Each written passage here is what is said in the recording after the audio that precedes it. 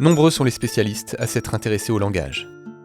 Il y a d'abord eu les philosophes, les psychologues et les linguistes évidemment, comme Saussure ou Chomsky. Les historiens aussi, qui veulent comprendre l'origine du langage. Et même des artistes. Magritte, par exemple, avait déjà compris que le langage relève d'une part d'arbitraire et qu'on peut donc l'utiliser comme on veut. Il faut dire que nous sentons tous la place centrale du langage dans nos vies. Regardez autour de vous.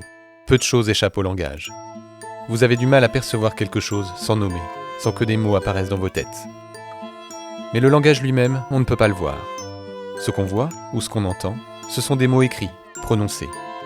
En fait, le langage n'a pas vraiment de matérialité. Ou plutôt, il prend forme, il prend vie au travers de comportements. Il est donc difficile de l'étudier en dehors des comportements au travers desquels il s'incarne, et aussi en dehors de ce qu'il produit comme conséquence.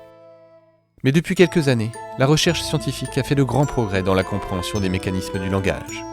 On a découvert que le langage peut modifier totalement la façon dont l'être humain interagit avec le monde qui l'entoure. Ces comportements verbaux, ultra complexes, sont au cœur d'un modèle théorique appelé la théorie des cadres relationnels. Au départ, les comportementalistes se sont intéressés à des comportements très simples. Ils se sont d'abord centrés sur l'étude des réflexes, c'est-à-dire des comportements communs à tous les animaux, y compris l'être humain. C'est toute l'histoire des travaux de Pavlov. Puis ils ont étudié les comportements volontaires présents uniquement chez les animaux avec un système nerveux plus développé. Des comportements plus complexes qui évoluent au cours de la vie d'un individu en fonction de leurs conséquences. C'est ce que l'on a appelé l'apprentissage opérant. Depuis quelques années, une nouvelle génération de comportementalistes s'est mise à étudier les comportements verbaux. Leurs études ont ouvert les portes d'une catégorie de comportements spécifiquement humains, ceux-là même qui font que les stimuli de notre environnement représentent à nos yeux davantage que ce qu'ils sont.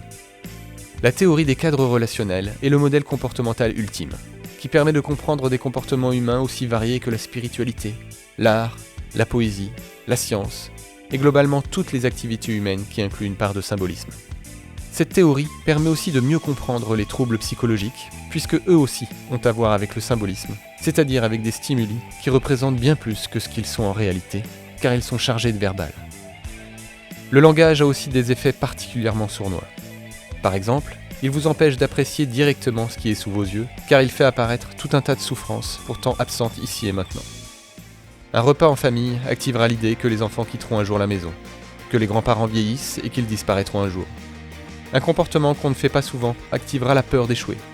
L'analyse de ce qu'on a raté, de ce qu'on aurait dû faire, de qui nous sommes, de notre place dans cette vie, dans cet univers, nous met au contact de quantités de souffrances dont seule notre espèce semble victime. À tel point que certains d'entre nous vont jusqu'à des extrémités pour essayer de faire disparaître cette souffrance, créée uniquement par le langage. La théorie des cadres relationnels constitue le socle théorique de la thérapie d'acceptation et d'engagement.